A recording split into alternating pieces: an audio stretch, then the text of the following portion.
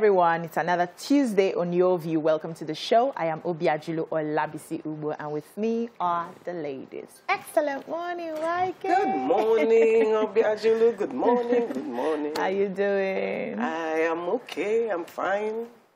I don't have gist too. You're looking great in purple. Give us gist now. Thank you. What happened I don't have since? gist. My nephew turned 26 on Sunday. That's gist. You know, so congratulations. That's Madi, right? Yes, yeah. Congratulations. You have become happy a man. Birthday, Madi. Like joke. He has crossed over from 25 to 26. Yes. 26, that was the age my daughter got married. So when Madi, is he planning to get married? Don't pressure. No, Does he have a babe? Got married at about 30 or 32 or something. Okay. There's no pressure. I think men shouldn't marry too early. Personally, that's. I agree with you. They have a lot of growing up to do. Yes. They are more immature than us now. Yes. At that age. They should sow their wild oats. Let When it face they his enter music. the marriage, they will know. They will sit down. They'll settle. I agree They with know you. people used to sit down. So You look really amazing. I need to come for some classes, for some fashion Styling classes, classes. so that when I wear blue, I have blue everywhere, you know? don't make me laugh. How you doing, Miriam? I'm doing great. I'm fine. First of all, we need to shout out to a gentleman who gave us some gifts yesterday. We went to the market, Obiajulo and I, and he saw us and he was like, my God, Your View, you have made my day. You know, sometimes when you see that reaction, you're like, okay, thank you. You know, he was so happy. He was really he happy. said he watches the show and everything, and then he gave us ketchup, salad cream, and barbecue sauce. Oh, that's so all sweet. made in Nigeria. Made in Nigerian product. Oh, that is so nice. Thank you so much. Thank we you. didn't get his Bless name. you. Thank you so I much. can't remember his name. Thank God you even said that too, because I remember I met two ladies at the Keja City Mall, and they're huge fans of the show. And they said, just mention us because we'll be watching. Okay. You forgot. Thank God you mentioned it. Because She has mentioned the ladies I met were at that supermarket. You know yourselves when you hear that.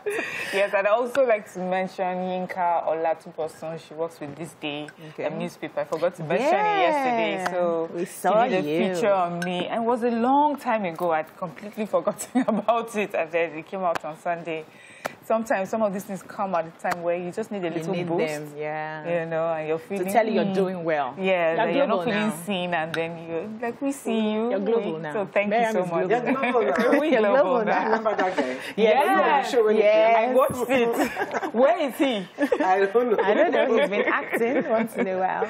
Today is my daughter's birthday. Oh. My last baby. Olga says we're not doing another one, so she's my last baby. And she's turning 6 today. I called the school and they said because of COVID-19, no school celebrations, except I just want to get cupcakes. But she had already told me she wanted a get-together in the house. So I think now that the school has said no cake, we'll just do it at home. So maybe over the weekend, I'll just get her cake, make small food, and just play with her. That girl is my miracle baby. Why? She got stuck. Yeah, she got stuck, and then she had an injury on her arm, I think the left arm, and it wasn't moving. We're running for physiotherapy, as in, she's a miracle baby. But now the arm is moving. The arm, you wouldn't even know if I don't tell you that something happened to her as a young girl. You said something that I found very interesting. You said, Oga said, we're not doing anymore. Yes. So does that mean you still want?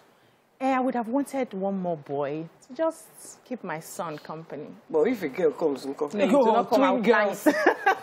Twin girls or triplets girls. you know, Oga will just drive her and the triplets after. I'll meet you. Or you just say, I'll see, I'm going to work. Then you just hear it. Thank you, ladies. I'm in America. I've left you. Thank you, ladies. Let's go on a short break. When we come back, we take the newspaper reviews. Stay with us.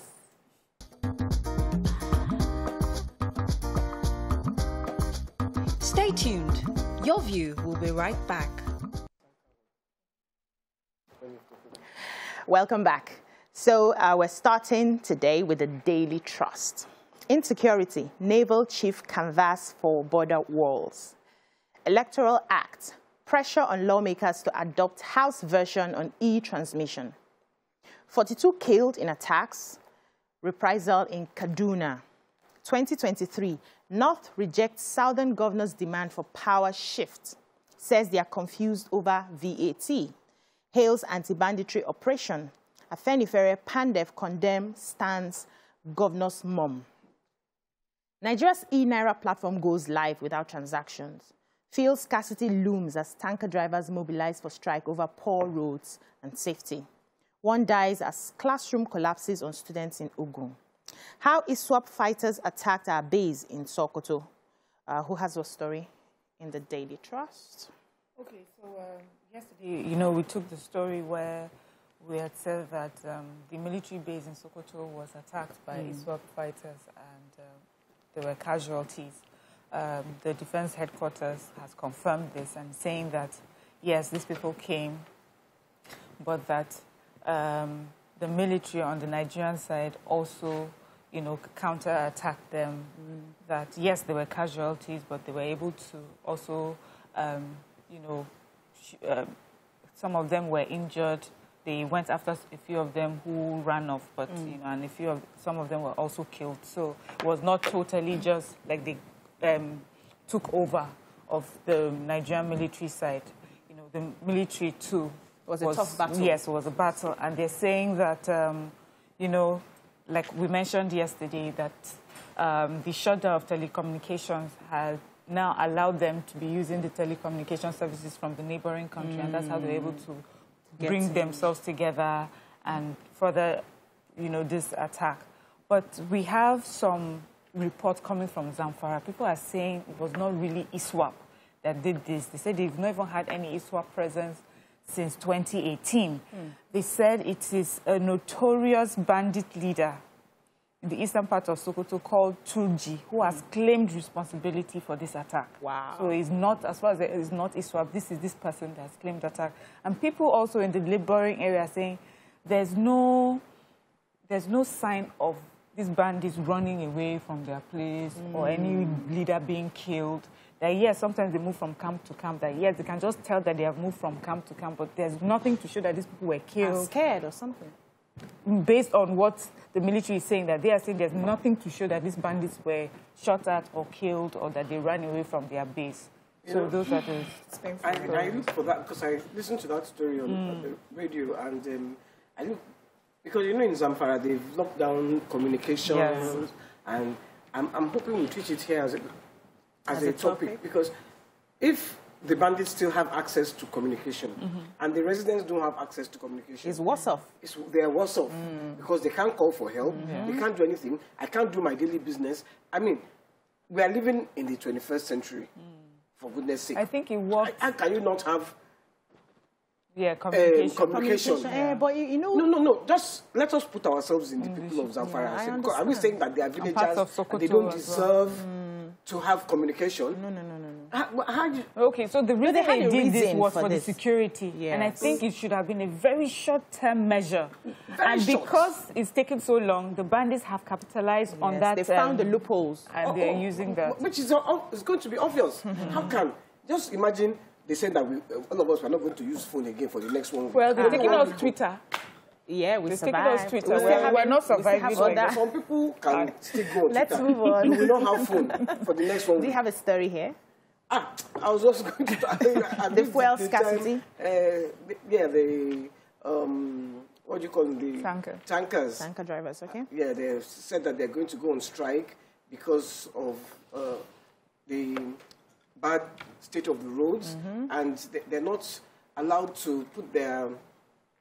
The tankers are not... They don't make sure they have their safety valves, so their lives are at risk. Safety valves for the truck. For the trucks. Yeah, for the inflatable. Safety valves, the roads are bad, and there was one other thing.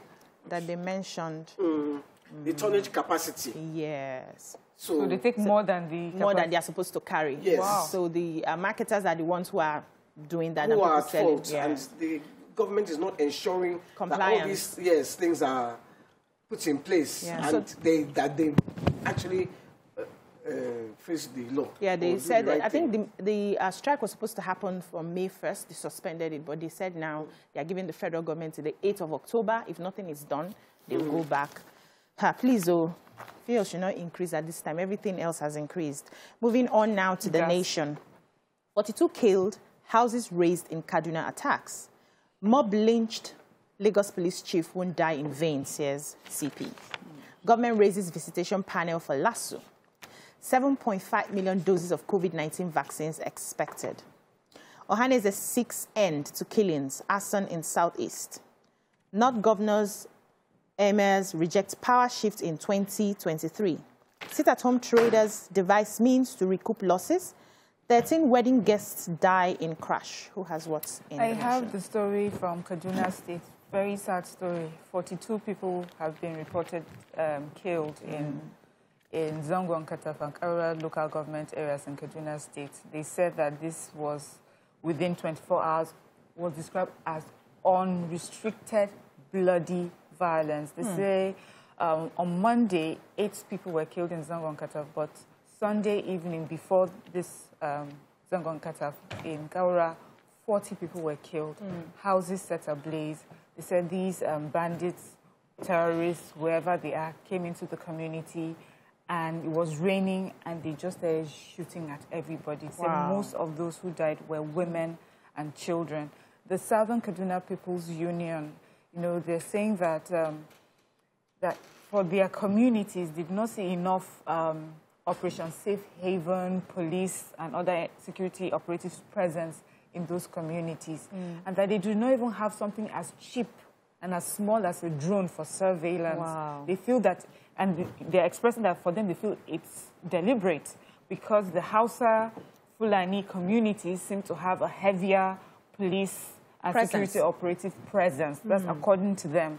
And they're saying that, you know, I mean, we hear these things coming from that area all the time. Every time there's one killing or the other in these communities, and we just wonder what's happening. These people are sad and broken. Imagine to wake up one day and just hear 40 people were just killed like that. So we just hope that they find who these people are, arrest them, prosecute them name them, and let's see who they are. Yeah. Do you have a story in the nation, man? I was going to just continue on that story because the Catholic Diocese of Kafanchan, Mr. Michael Magaji, said they were going to have a mass burial. So just to draw the attention of the world to their plight, you know, because they have just embalmed 32 corpses. You know, I think it's such a sad, because I read it in the Vanguard as well. Okay. The sad story. Yes. Okay, let me take the 7.5 million doses of COVID-19. So Nigeria will take delivery of that 7.5 million doses of AstraZeneca COVID-19 vaccine between October and early November, according to the Presidential Steering Committee. They said about 3.5 million doses donated by the United States government will arrive next month, while the remaining 4 million is expected in November. They also said that the country will soon begin to receive 1 million doses of Johnson & Johnson anti-COVID-19 vaccine every month. Yeah. Okay. So the quantities will give us that herd immunity. They want to be able to vaccinate about 70% of people in the country. And that's a very interesting one. So hopefully, most people will be vaccinated. We have not died. Nigerians, because when you have the Edo State governor saying, oh, if you don't take the vaccine, you can't go to work. You don't even have enough vaccines, so how can you be saying... Yeah, but what they are saying is that they have vaccines that are there, and you are not taking the ones that they even have. Because that's what they are making about. If everybody in Edo State decides that, okay, we want to take. I want to take this vaccine, do you have enough? Yeah, but they won't all decide at the same time. But even if you get there, let that be our problem. That we don't have enough. We want to take vaccines. Let the problem be we are ready to take the vaccines, but we don't have. Moving on to the punch. I hope I have time to take this before a break. Okay. Anger trails Northern governors' opposition to 2023 power shift.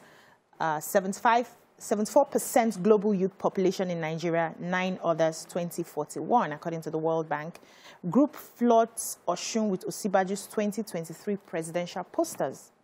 FIRS officials charged with document falsification lose bid to stop trial.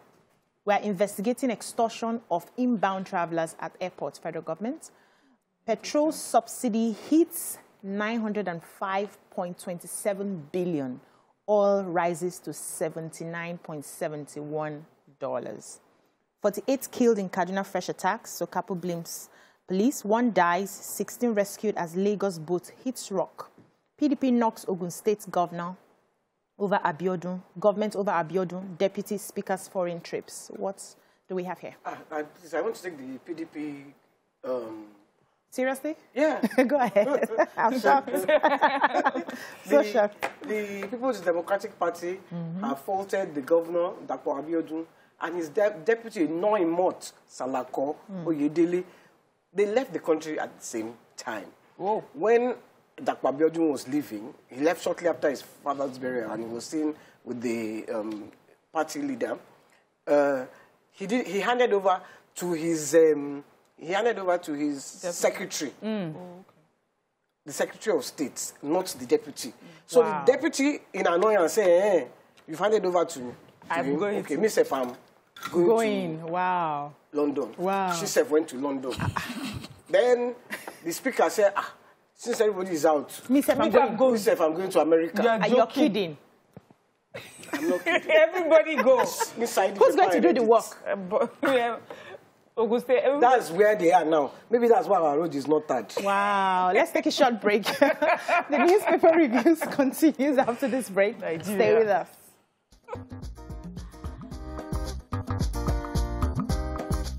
Stay tuned. Your View will be right back.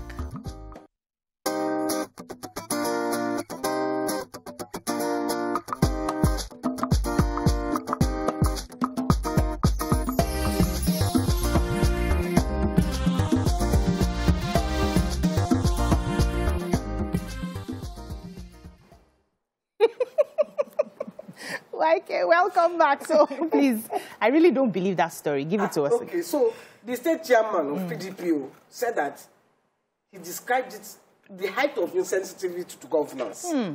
He said the governor traveled out, followed by his deputy, followed by the speaker. He said, I'm not disappointed. He said, the annual independence celebration will be coming up on Friday. They should shall return. Before that? Before Friday. Wow. So that they can mark that day. Wow. The press guy now contacted the chief press secretary of the governor, Kunle Shomorin. That one said, please go and call the commissioner of information. To answer you. And the chief of staff. I hope they're in the country. So when they put calls to those ones, they didn't pick up. Are they in the country? They didn't answer. Maybe that's why, so that they won't waste their credits. They have all traveled. All of them have traveled. But this is the height of... Yeah, it's just like saying father and mother leave the children alone. Complicity. Go ahead, please. You have a story. Yes, I got the major headline. So the northern governors have met in Kaduna. And they are responding to the call for a southern presidency. You know that the southern governors have been clamoring for, and a lot of other groups have sort of endorsed. They're saying, first of all, call for presidency to the south is unconstitutional, and that to be the president in Nigeria, you have to meet the requirements, and the requirements are majority votes, at least 25% of votes cast into 2/3 of states, and then in case of a runoff, a simple majority win. So it is not calling for regional zoning that makes someone a president. So even though they are aware that even some northern governors or leaders or groups have sort of endorsed this message, you know, for the different reasons, for unity and things like that, it is unconstitutional. Wow. So they have put that one aside. Then concerning VAT and the judgment of the Federal High Court, it says that it brings, what it has done, that it brings to question the constitutionality of VAT, withholding tax, education tax, Niger Delta Development Commission, National Economic Development Council, and all the others that are levied and collected by FIRS. It says states are confusing VAT with sales tax. And if states enact their own various VAT, it would lead to increase in prices of goods and and services, and that there will be also a collapse in interstate trade. They said VAT is not the same as production tax, like excess tax, but it's a terminal tax which is paid by the final consumer, and that the reason why Lagos would say it has like 50% of taxes is because most of the telecommunication banks, manufacturing companies are headquartered here in Lagos. And they have been erroneously attributed with the VAT. They are erroneously collecting the VAT because VAT is actually meant to be paid by the final consumer. They have said quite a lot. So, different people have come out. Akeredolu says, they have the right to say what they have to say. Yes, Pandef have called them all sorts of names. Wow. Some people have said that they are being mischievous. This is the northern governors are not really for the unity of the country. They are just different things that they have said. I think we're going to talk about it, yes. Thank you for that detailed explanation of everything they have said. Moving on to the Vanguard. UN speech. Practice what you preach, Afenifere tells Buhari. COVID-19, federal government probes airport officials for aiding protocol breach. Access Bank chairman blames mismanagement for poor state economy. Bandits unleash horror on 2 Kaduna communities, kill 34. That's what we have here. Who has what? Yes, so the chairman of Access Bank, Dr. Awoshika, said that really, this was at the annual management conference of the Nigerian Institute of Management, and she was saying that that cumulative mismanagement is responsible for the state of our economy. That's the underperformance of our economy. Okay. And that the country needs to stop blaming the pandemic for the state of our economy. It says that even as a country, Nigeria, we didn't even get the worst of it compared to other countries. So we cannot keep using that as an excuse. And says, over the years, due to economic mismanagement by the country's leadership, it is obvious that the country is currently performing below its potentials because of cumulative mismanagement. And it says that government has to own responsibility for where we are today. She mentioned that in Nigeria, the 2 most recent recessions occurred in 2016, which we quickly got out of, and 2020. The 2016 was localized and 2020 global in nature. Yes, but we cannot keep talking about pandemic as the reason why we're in this. Just many years of mismanagement. Yeah, and that's the truth. Okay, so the federal government yesterday is vowing to probe some airport officials who continue to extort inbound international travelers with a view to helping them evade quarantine. So what they do is when you come in, they can, you pay them different amounts of money, and then you're not allowed to go into quarantine. And this is furthermore causing the spread of COVID-19, especially from people who are coming in from other countries. So the chairman of the Presidential Steering Committee, PSC, Mr. Boss Mustafa, talked about how they are going to carry out investigations because some of the travelers are actually the ones reporting how this is going on. And they have found out that some staff members of the airlines and even some medical doctors are complicit in this. And so they are going to probe them and hopefully prosecute them when... The federal government says it's not even 51,400 they've been collecting from people, but 31,000 because they collect that as what you need to pay to do the test when you come in. Okay.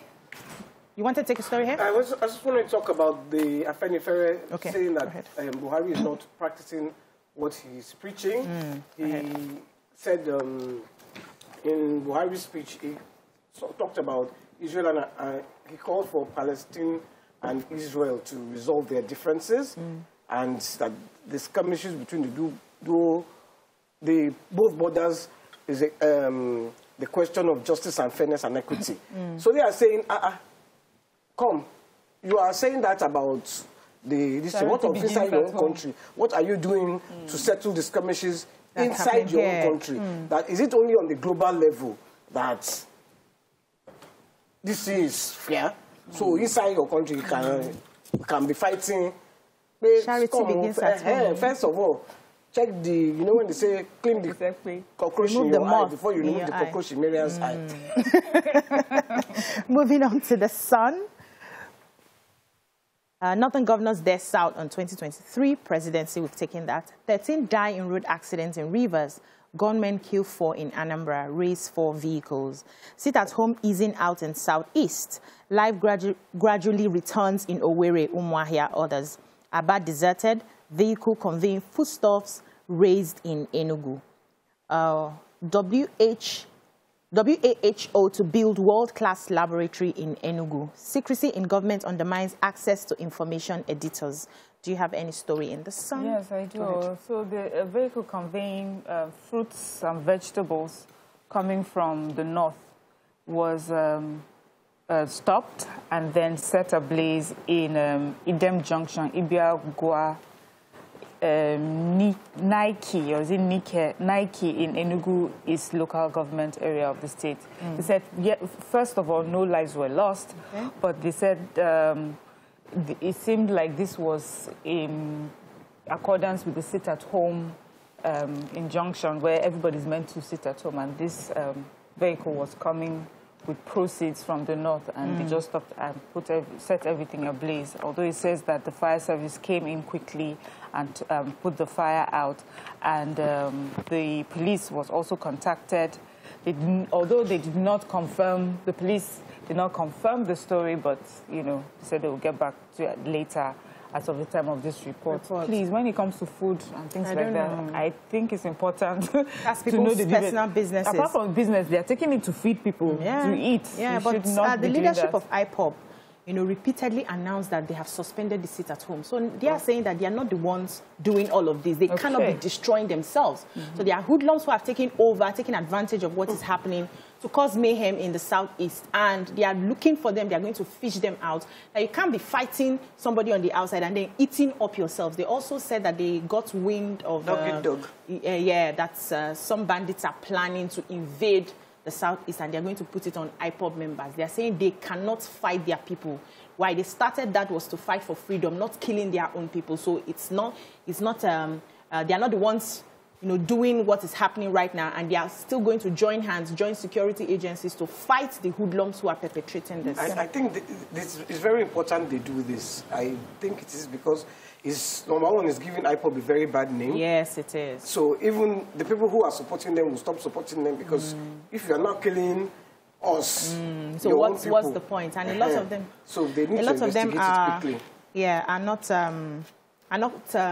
they're still adhering to the sit-at-home, even though they have said it's over because of fear. When you come out, things can be damaged. Nobody's there to protect you. So it's, that's my problem with protests in this country.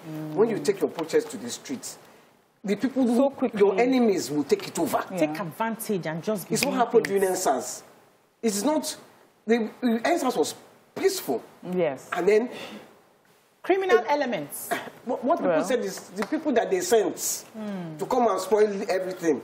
So, of course, everybody now started criticizing NSAS, But at first, it was peaceful. Yes. So we need to... Thank you, ladies. Thank you so much, ladies. That's all we can take on the newspaper reviews. When we come back, we'll take the hot topic of today. Stay with us.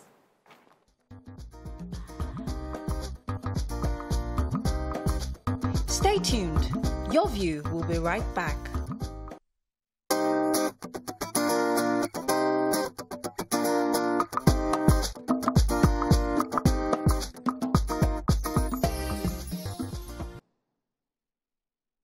Thanks for staying with us. Yesterday, the governors of Nigeria's northern states have rejected the principle of rotational presidency, saying it is against the constitution of the country. The chairman of the forum, Plateau State Governor Simon Lalong, issued a statement on the outcome of the meeting. The governors also opposed the position of their southern counterparts on the value-added tax. What are your thoughts on this? What are your thoughts on the communique by the northern governors? That's one. What do you also make of the rotational presidency? That's two. Which region should produce the presidency come 2023? So we're going to be dissecting all of this. To join the conversation, call us on 081-270-53-687 or 091-390-76948. Let us get your thoughts on this. So, I was asking myself the question, why now? Why now? Before this particular administration, we still had an option of saying it was not constitutional. Zoning was not constitutional, but nobody talked about it. All we heard was it was the turn of the North, it was the turn of the North, it was the turn of the North. Why now? Why are we bringing this up now? Miriam? What do you think? Okay.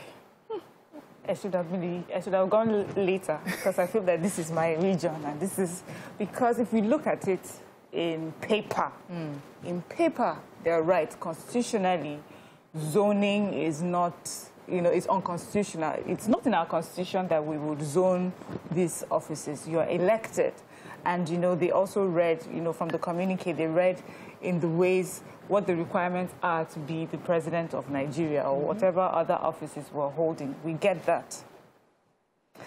But the reason people have asked for this right now, when they're saying we should make it go to the south, and some people are even more specific, they're saying southeast, is because a lot of people feel that for a while now, for a few years now, we're constantly fighting amongst ourselves because a group of people feel that, they are not represented, they are sidelined, they are disenfranchised, they are marginalized in so many ways. So this, even though may not be in the Constitution, even though it's not in paper, even though it's not a document stamped, is something that we're looking at our situation right now and thinking, you know what, the way forward would be to do this because it will make some people feel this Nigeria is for all of us. And in this case, it would be that the person is, is the right person. They're not just saying just go to this region and just pick anybody to represent, but the right person from that region. Let's put our support, let's galvanize all the support and push someone from that region so that the whole of Nigeria would feel, united as one. And especially because all the other regions, the northern region, southwest, may say, okay, yes, we can say we have seen over the years that we have been represented at this level. So it would not really be bad if we galvanize. So I think that's what the conversation is about. But, another thing where I have to stand with this conversation has also never been a conversation of governance. It has always been a party conversation. Party members would sit down, or, parties would sit down and say, okay, who are we pushing forward at the party level? And then you leave Nigerians to decide who they vote for. But when you do it now at the governor's level, so I guess that's why you bring the conversation of unconstitutionality. But at the party level, you can have whatever conversations you have, and then when you bring them, Nigerians will decide. So that is how I understand what is happening here. But personally, as a Nigerian, seeing what has been happening, I just want the best person for Nigeria to be the president. And I do not care where the person is from. But would it feel like a more united front if someone came from the southeast? Yes, it would feel that way. To be honest, I would love to see, personally, I would love to see someone from that region Let us be even president. see what they can do. A good person, person who is qualified and experienced and has the heart of a Nigerian, a true united Nigerian. That's somebody I would like to see. Okay, what do you think? About it being unconstitutional, it is a gentleman's agreement. It is not a constitutional agreement. The parties decided amongst themselves. When this year, if you come from the north, next year you come from the south, or you come from the east, or you come from the west. That is the gentleman's agreement that everybody. That is why after Jonathan, both parties put the northerners. There was said it was their turn. Yes, Buhari and Atiku. That was why Jonathan lost, because the North felt, this one that you want to come for a second term. No, it's our turn. That when it was our turn, our own person died. Remember, when Yaradua was there, then, so it is the gentleman's agreement between parties. So I don't know why they're talking about constitution. That's number one. Number two, I am with Miriam when she says, look, since Nzegu, as far as I can remember, nobody from the East has ever been president. So let us even try for once and see. I like that. If they will, because at least we know that they are good businessmen. We know that they are good economists and traders. So let us even try, because the doldrums that Nigeria is in, we need to come out of it quickly before it engulfs and buries all of us. Me, I have nowhere to go. This is my country. So I pray we don't have war. Because this is where I don't have any intention of going anywhere.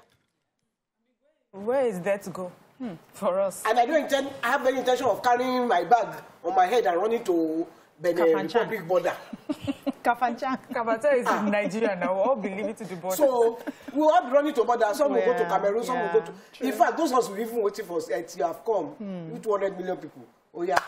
Jail, all of you, before we deport. So where are we going? We need to make it work. We need to make it work. So there is division right now.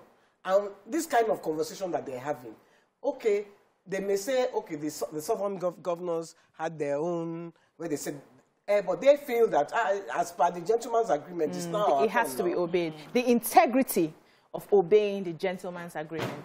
Let's go on a short break. When we come back, we'll take phone calls and messages. Stay with us.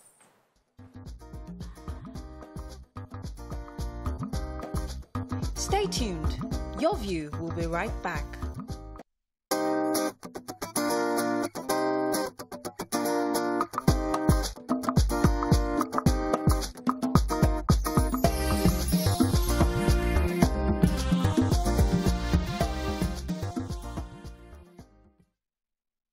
Thanks for staying with us. We have a caller on the line, Edward from Liverpool. Good morning, Edward. Hey. Oh, we lost that.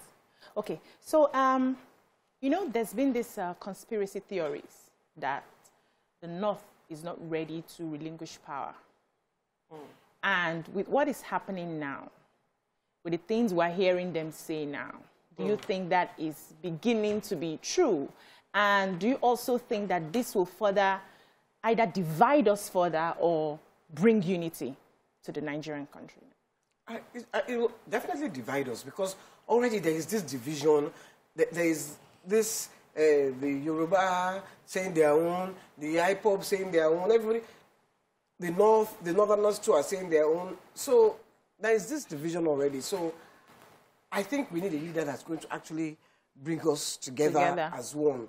You know, because when Oyibo colonized us, they colonized us and divided Africa so that we'll always be fighting. For their benefits. For their own benefits. Yeah. Now we are playing into that script. What is happening in Nigeria is playing into that script. And Nigeria, we've managed to escape all these wars, apart from the Biafran war, sorry. Yeah. We didn't escape, actually. We didn't escape that. But we've forgotten. Yeah. We've forgotten about that war. So I think that what we need is someone... I really don't care who leads us, as long as it's the right person. Yes. That's the truth. Yeah. Let's take this call, YK. Olabuju from Festa. Good morning, Olabuju. Good morning, ladies. Good morning, and sir. How are you? We're doing First amazing. time caller. Welcome to the show. Thank you very much for that topic. It is unfortunate that the northern governors are now coming here now at this material time to say that it's unconstitutional. What is unconstitutional about it? The fact is, it was a gentleman's agreement right from the time of Chief Olusegun Obasanjo. When Chief Obasanjo was to become president, they all rallied around for the Southwesterner to be the president. There was no doubt about it as a compensation to that of Abiola, late MKO. Now, after that, they said it has to go back to the north. So it was the time of Yar'Adua.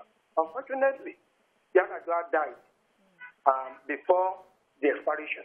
And at that time, Jonathan became the president.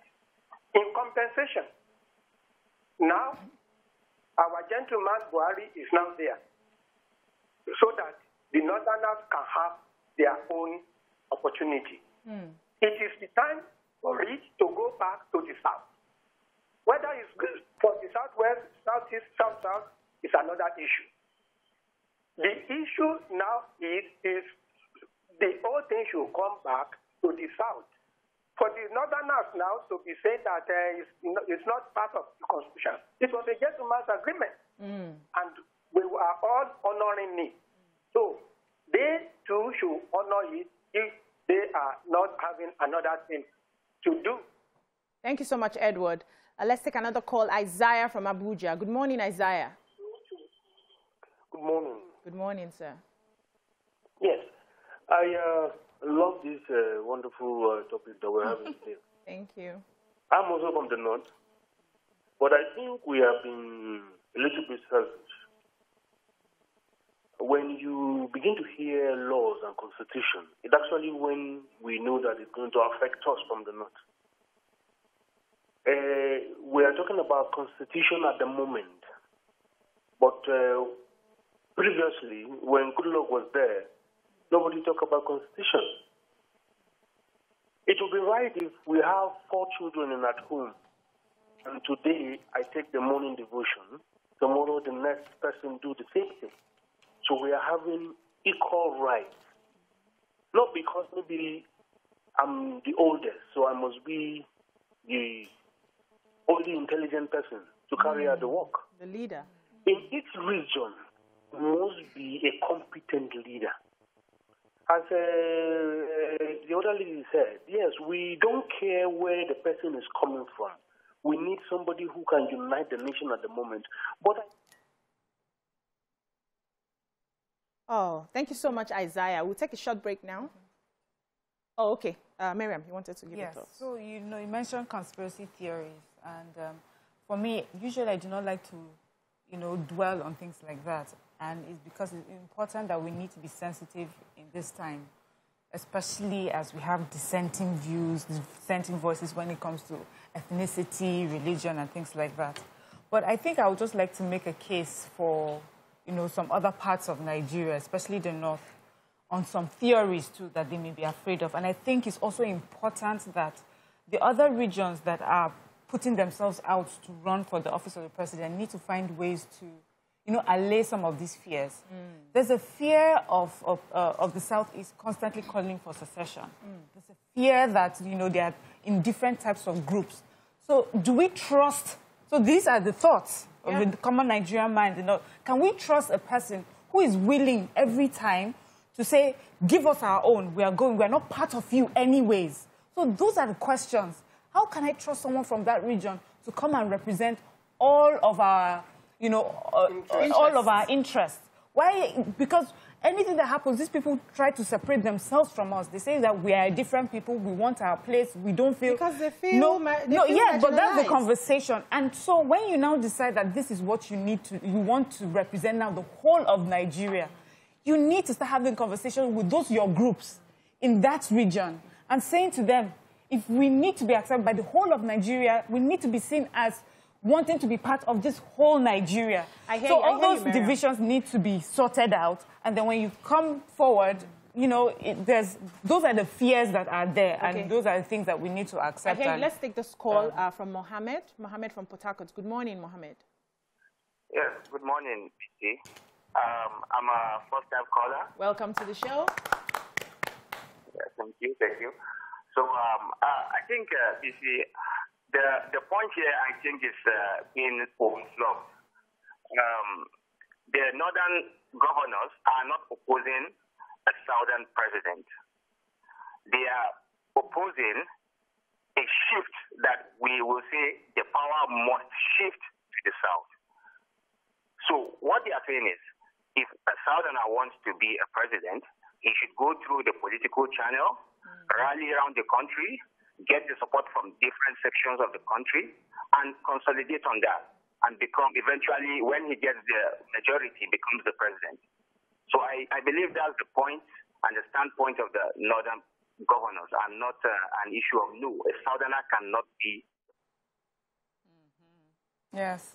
Thank you so much. But yeah, you wanted to say something, because I wanted to ask that we know how this politics happen. We know how the power play goes. And if we say that we are going to be in support of this particular person, we galvanize every other person to, support that person.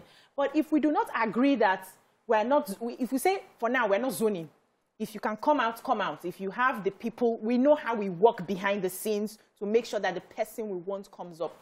So the question is, do we think a region should matter in terms of governance? Where are we exactly as a united front?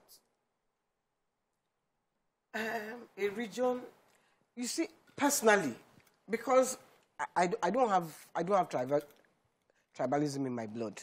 I do not. I don't believe anybody is less or more because of whichever region they come from. That is my own. I love people from all over Nigeria. And that's why I say what I need is a competent person for Nigeria, not whatever tribe or region you come from or what region. Just a competent person. And I hear what Miriam is saying about the trust because of this. And that's why I don't believe in all this secession. We have to make it work. We have to, look, our theme for celebration this year is Viva Nigeria, Long Live Nigeria or something. Sorry, it's Viva Nigeria, Sha. And I've gotten abuses from people. Wait, shut up. What are you talking about? Which Long Live Nigeria? Which Nigeria?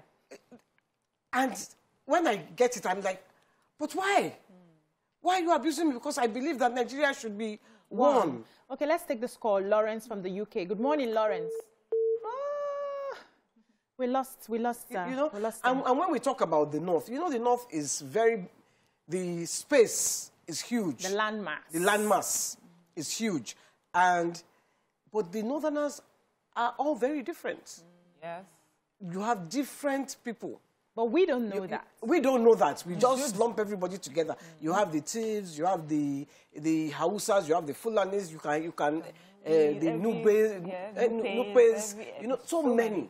A lot of those ones too feel marginalized. Yeah. And we don't even know because we don't know our history, we don't know our geography. Yes.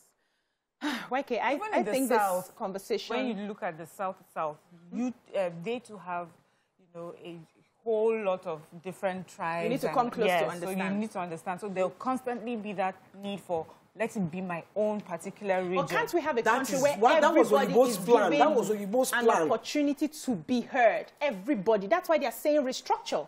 Because when you restructure, every region will come with, these are the people we have in our region. These are some of the terms we want to agree to. And if it's palatable for everybody, we agree and we move on. But if you keep having it as a unitary state where a few segments of the state, a few groups are seen as the majority and most others are seen as the minority, we're still going to keep having this problem. And I think the conversation is not ending now. But let's take a short break. When we come back, we move on to other topics. Stay with us.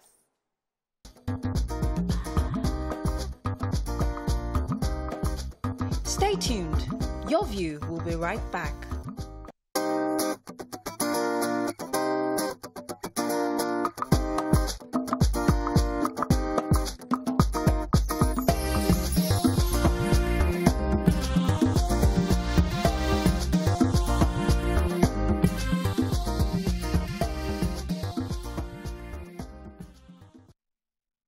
Thanks for staying with us. Joining us on the show is the Coordinator, Mental Health Desk, Lagos State Ministry of Health, Dr. Tolu Ajomale, and Mrs. Stephanie Adams Douglas of I Choose Life Foundation. They will be discussing mental health and coping mechanisms among young people. Welcome to the show, sir. Thank you very much. Welcome, ma'am. I hope she can hear. So I would like you to tell us what mental health is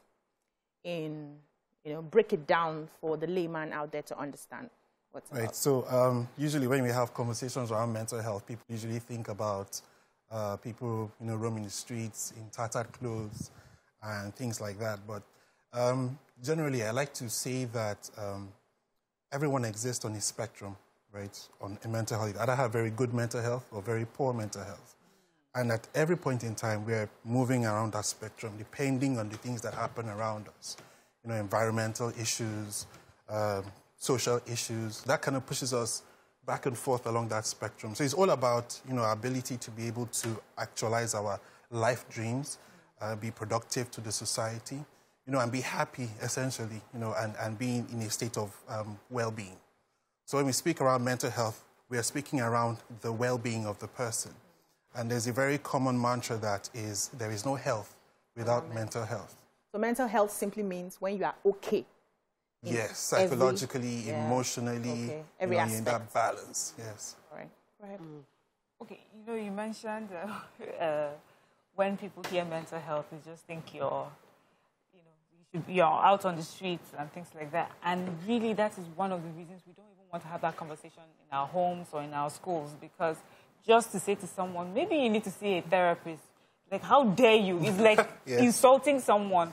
So I think the question is, although I'm seeing a lot of it lately, is how do we have these conversations and make it normal to have this conversation and understand, oh, it seems like I need to check my mental health. I'm tilting towards this side. What do we do? Right, so I think last couple of months or year has actually raised that conversation a lot more. On social media, a lot more people are talking about, oh, I need to check my mental health, or I need to get into my mental well-being. And it's a good thing, because it's one of the things that we've been hoping to achieve, to normalize conversations around mental health, for everyone to understand that there's a part that they all have to play in their lives to make sure. And I think part of the reason why that became one of the topics on the forefront was because of the isolation, the lockdown. People were now in their own space, and they were seeing themselves, and there was a certain sense of self-awareness. And they began to understand that there are certain things they were dealing with that they had totally ignored because, there were a lot of distractions with work, with our social lives, but all of that stopped, right? And then we're able to confront ourselves, look ourselves in the mirror, and then ask questions like, am I really happy? Am I in a good place? Is this me? Are my relationships working, right? Because it was in that same period they had a lot of incidents of domestic violence, people dealing with all kinds of issues, So it is a good thing, that we're in that space now. And a lot of people have begun to have those conversations. We have a lot of advocates that are speaking up, a lot of non-governmental organizations that are trying to, create awareness around the importance of taking care of your mental health and making sure that you have positive, mental awareness or mental sense of self. And that when you don't, you know that, you need help, right? And then there's someone you can always talk to for help. And like, I said earlier, part of that conversation is changing the whole narrative about recognizing that mental illness is not just, schizophrenia or people roaming the streets or that whole Yaba left concept. And there's something that I usually hear with some of our specialists, that if you check it, there's actually more madness at Yaba right than there is at the Yaba left that we always talk about. So understanding that, and creating more awareness, more information around it, that there's a wide array of issues when we speak about mental health.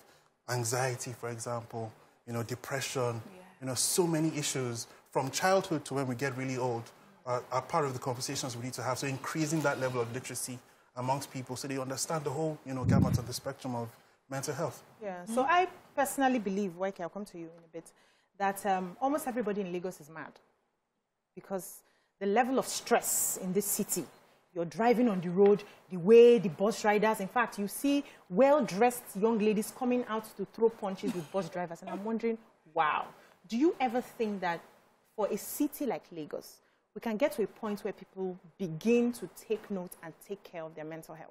Yes, I think we can. So like you mentioned, understanding that there are a lot of stressors that exist in our society.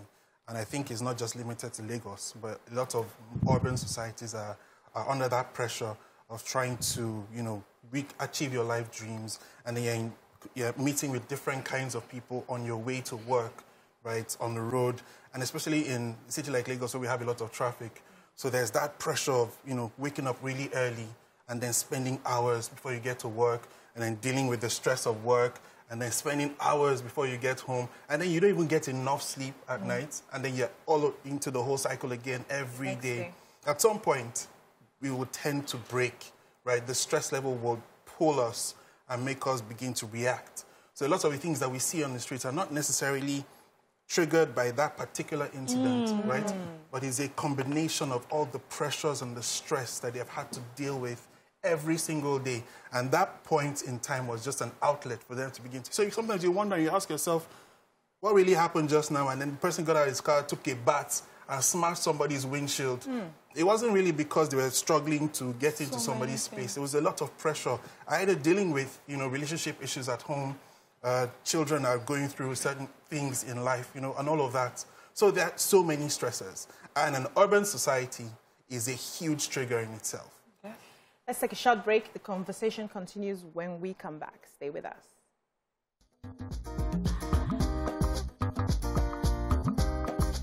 Stay tuned. Your View will be right back.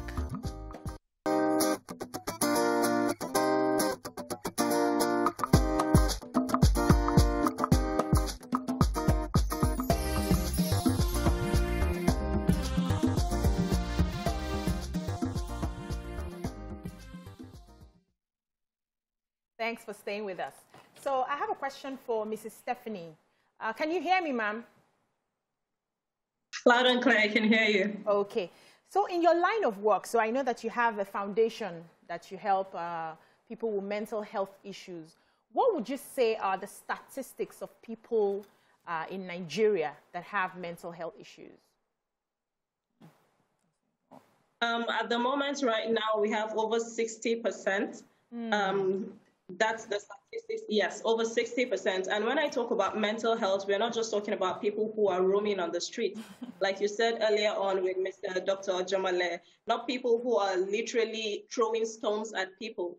We're talking about little things, quote and unquote, that people see as anxiety, depression, and so much more.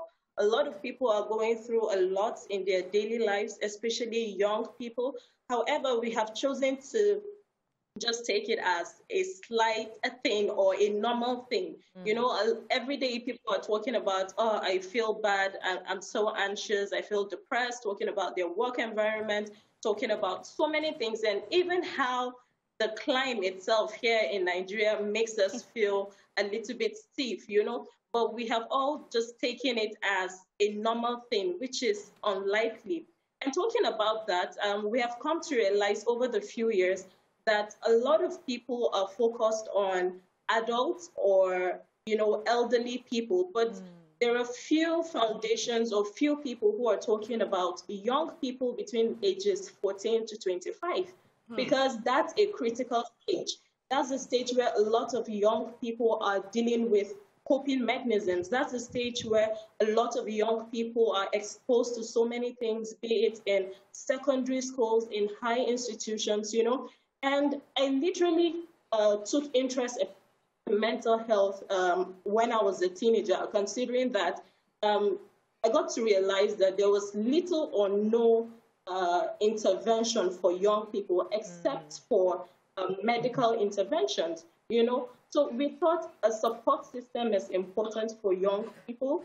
A group is important for young people where we can actually just focus on this demography and give them the support that they need. Thank you. Okay. So you say 60%. So that means at this table, one person. All of us. Yeah, one person is a very large. All of us, Waiki. All of us. No, they say 60%. No, all of us. We are 4 now. All of us on this table, Waiki. You know, the interesting part of it. I'm just thinking, since most of them are very large, what is the solution? Really and truly, because we all go through the stress of the traffic. I think it's mad, the way we even cause the traffic. It's madness. What is this? How are we going to find this solution? Because Dr. Ajomale here says there's a solution. He has not convinced me there's a solution yet. Please, convince me.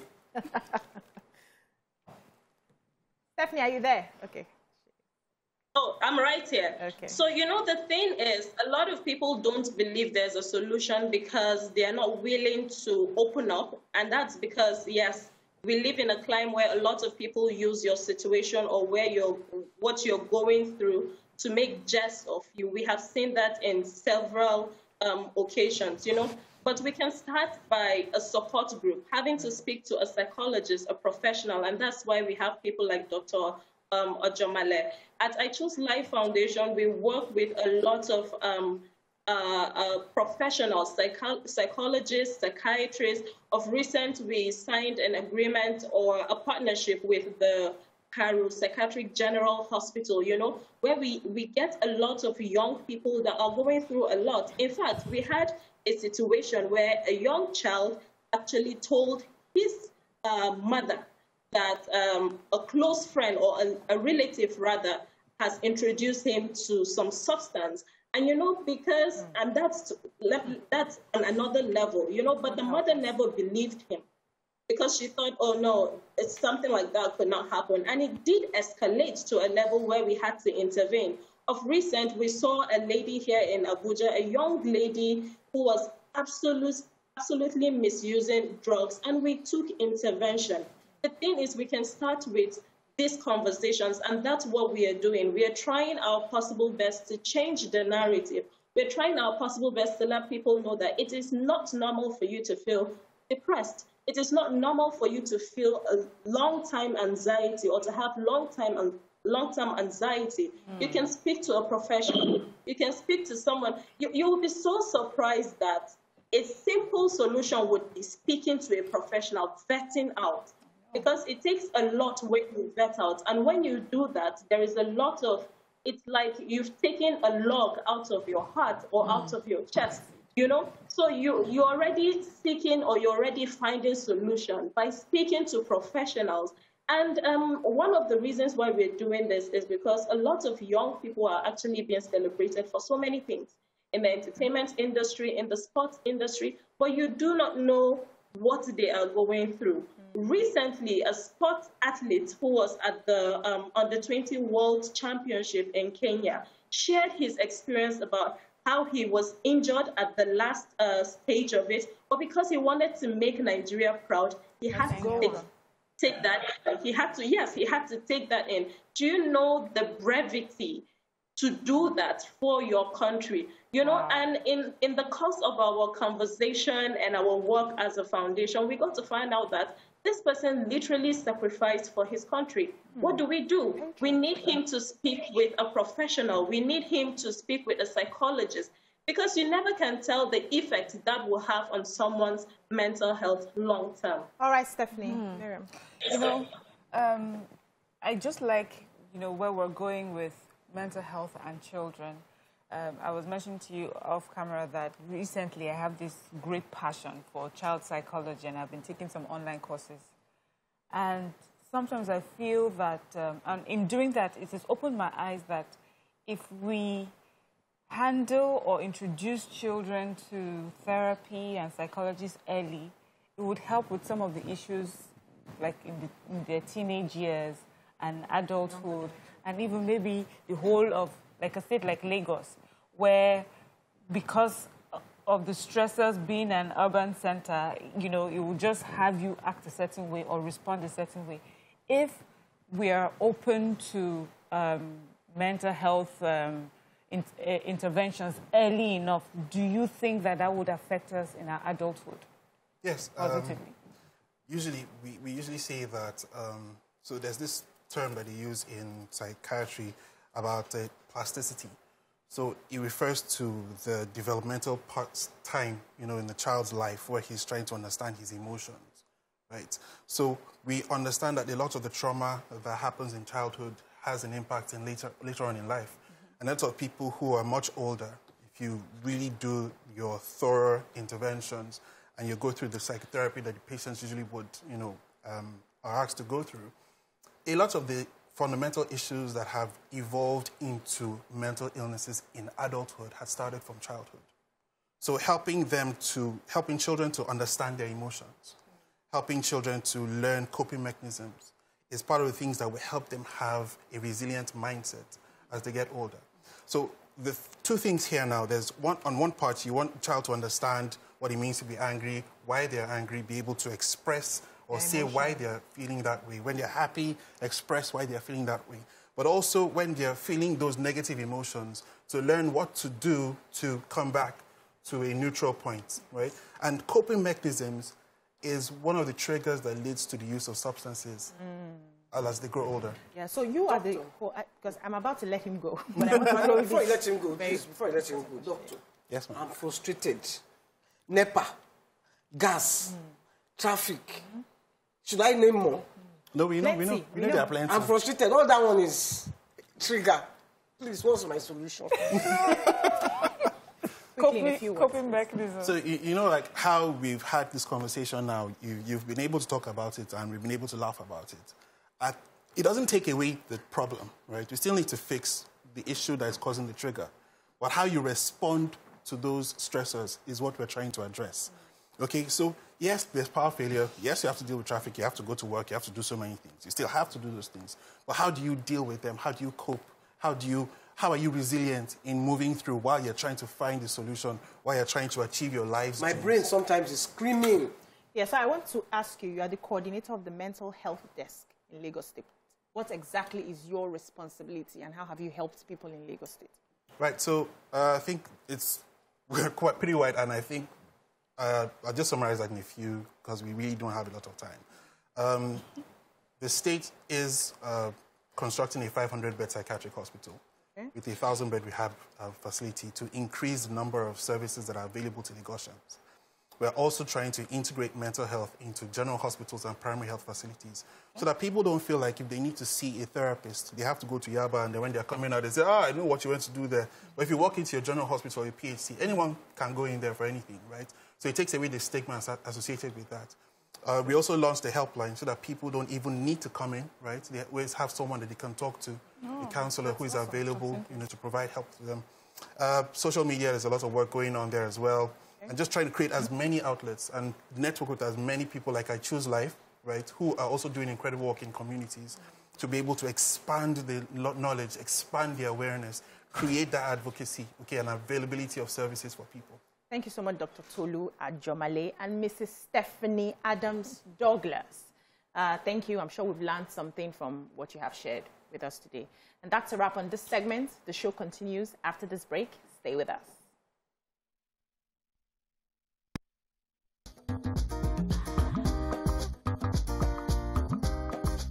Stay tuned. Your View will be right back.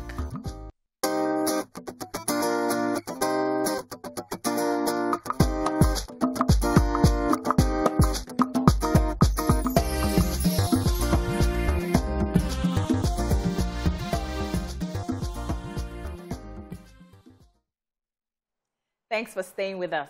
Tomorrow is World Heart Day. Joining us via Zoom to commemorate this day and speaking on children and adults with congenital heart diseases is pediatric cardiologist Dr. Wale Olabi. Welcome to the show, Dr. Wale. Thank you. Good morning. Good morning. So I want to ask this question because a lot of us are becoming aware of some of these things now. But how do you know that you're beginning to have a heart disease, first of all? What are some of the symptoms that you may see? In particularly our case, we are pediatric cardiologists, so we deal with heart diseases that children are born with. So a lot of congenital heart disease, the symptoms occur early on in childhood, after birth.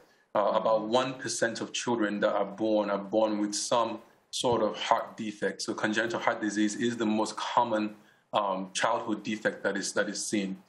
So that takes about 80,000 to 90,000 kids are born worldwide with congenital heart disease every year.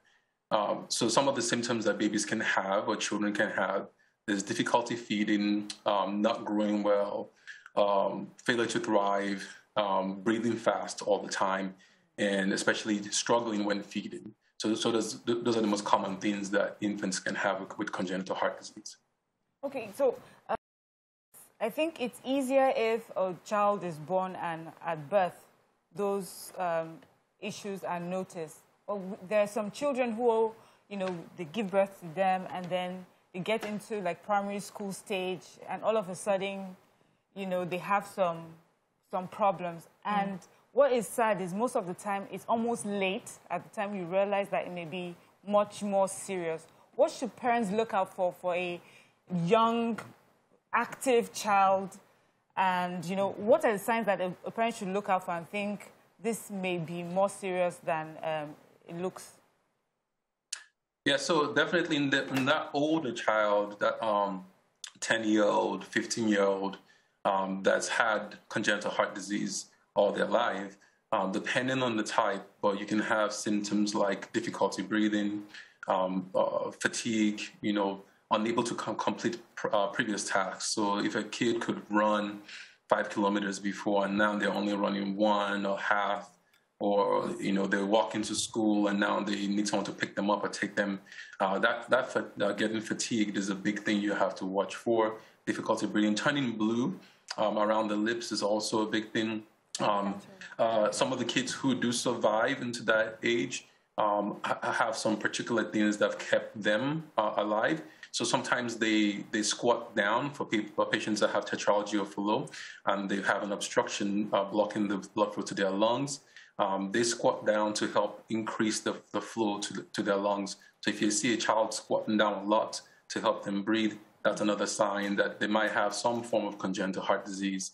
The very severe types need treatment, and those kids unfortunately pass away within the first year of life.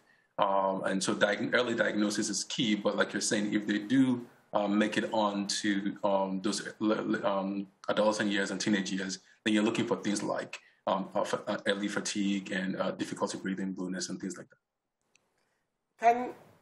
Is it possible for a child with heart disease as a young child for it not to be detected, and then in their 20s, they now develop, like there was this footballer, Nigerian footballer, Kanu Nwankwo, that had an operation for his heart. Yeah. He was at the peak of his career when the heart disease knocked him down. Could he have been carrying that as a child into adulthood? Yes. If I remember correctly, Kanu had a bicuspid aortic valve, and that is part of congenital heart disease, that kind of congenital heart disease can be carried into adulthood, into 40s and 50s, before you have issues. It's a problem with one of the major valves of the heart, but the main issues with that don't develop until later on. You can have it develop early in life, you can have it develop in the teenage years, and then in the 40s or 50s. We, as with the organization we partner with, which is Hospitals for Humanities, we've come into Nigeria, work with our Nigerian partners and organizations in Nigeria to help diagnose and treat and perform surgeries in Nigeria on these children early on. And sometimes we do see young adults now in their 20s that things were not diagnosed and it's become too late. It's too late to do anything because there's been damage to the lungs and the person probably need a heart-lung transplant. And the resources for that are not there. So with the organization Hospital for Humanities, we are trying to partner with people that can come with us and help to diagnose, treat, and continue to treat, maintain the treatment, because this is a lifelong treatment.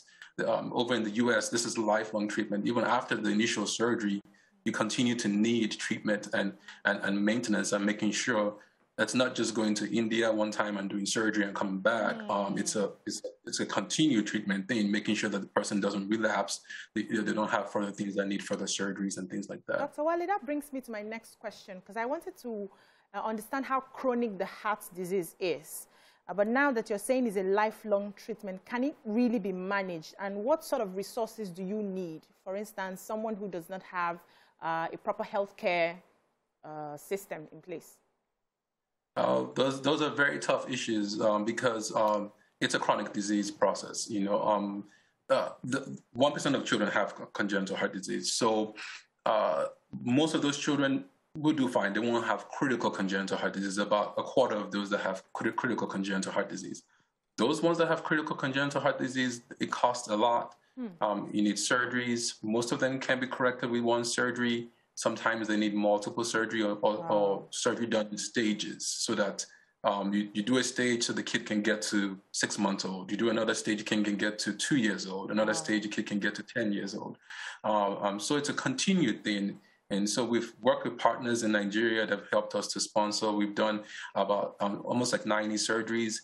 There are about 2,000 children that we know of that are waiting for surgeries in Nigeria. And unfortunately, some of those children do pass away while on the list because we just can't get to we don't have the resources to get to that. So we're definitely looking for partners to partner with us. I can give out information on that, but we're definitely looking for partners because it's a much needed thing. There are about 200 surgeries that occur in Nigeria with the aid of international partners. So if you're doing 200 surgeries a year and you have 2,000 people on the waiting list, you have a lot of people waiting that need surgery. Wow. Okay, so I'm listening to you and thinking, so it's taking you and your and the sponsors and doctors from America to come to Nigeria to carry out these surgeries. How do you feel? What would you advise our government? In what ways would you like to see them support, to help reach the number of children who are born, with congenital heart disease? Are we doing enough? Do you think that we have a health, not the health system now, like a Ministry of Health? Do you think they are aware of how much that is needed and what needs to be put in place to just help the children in Nigeria, that we do not have to wait for doctors from America and sponsors from outside the country, to handle what it is that we're facing? Yeah, I think there's, all over the world, there's always more that can be done. And definitely in Nigeria, there's a lot that can be done. Initial diagnosis is key, checking things like pulse oximeter screening at birth, early, follow-ups, programs to help early follow-up with children with their pediatricians or their family doctors, things like that. Fostering to train more pediatric cardiologists in the country so that we can have people, more pediatric cardiologists. We have pediatric cardiologists in Nigeria that we partner with, both from Abuja to Josh University Teaching Hospital. So all over the country, we've partnered with people there. And part of our organization's goal is to educate, train, so that it can be more it can be sustainable in Nigeria. Over time, trying to build that sustainable thing in Nigeria where we can have continuous surgeries, even when doctors from America or Europe are not coming. Those programs can be built. So the Ministry of Health can help with that. Other sponsors can help with that. Philanthropists can help with that. In the U.S., there are government-run hospitals, yes, but you also have private institutions that can do these things. Definitely a health system with health insurance that can pay for these things is great, because it helps people who don't have the means to pay for thousands of dollars in surgery. Doctor, since I started talking to you, my heart has started paining me. I hope it's all right. You're not a child. I'm sure you're fine. I hope so. I've been feeling tightness. Yeah. I don't like discussing health issues. This kind of issues, right? So, Dr. Wale, is there anything parents can do? For instance, pregnant women can avoid in the course of pregnancy so that their children don't come down with heart disease. Is it preventable? Generally not. There are definitely some things like don't drink while you're pregnant. That helps to prevent fetal alcohol syndrome and things like that. Avoid hard drugs, avoid smoking. Those can cause some insufficiency to the placenta. Those kind of things are key. But the thing about congenital heart disease is that it just tends to happen. So it's that early screening. Once the baby is born, making sure the baby is checked out really well. If someone says your baby has something, don't disappear for 3 years or 5 years, and then you show up in urgency at that point in time. Make sure you push to your pediatrician. Make sure you push to your family doctor that, okay, someone said this kid had a murmur, or they heard something, or the kid's not growing well. You'll be the advocate for your child. And then, for our community sponsors across the country, if there's people want to partner with us, they can call us with HFH, Hospital for Humanities. Our website is hospitalforhumanities.org. Our phone number is 864-571-0604. We are looking for partners because, like I said, we're trying to build that sustainable culture in Nigeria so that these programs can be sustainable. Like, we don't want to just do it where we come, do 2 surgeries or 5 surgeries, and we go away, and then it's not sustainable in Nigeria. We want it to be sustainable. We want so that this can continue. So we need partners to partner with us. because these surgeries are not cheap. In the U.S., those surgeries can cost $100,000. Wow. You know, for one surgery to keep that person in the hospital for that period of time. It's a lot of money. Yeah, it is. So we've been able to do it. We donate our time when we come. We don't take any money from anybody. So the money and resources that we get is to get the amenities that are needed, because those things it's pretty expensive to keep a heart-lung machine and things like that. In this part of the world, we like to pray that God will help us and not give us a disease that our money cannot even go halfway. That 60 million that you just said, the person will even have heart disease, God save. Thinking about this, the whole family will get the heart disease, honestly, not only the child. Wow. 60 million. Thank you so much, Dr. Wale Olabi. Thank you for being problem. on the show this morning and enlightening us. That's all we can take on today's show. Join us tomorrow for another exciting episode. Bye for now.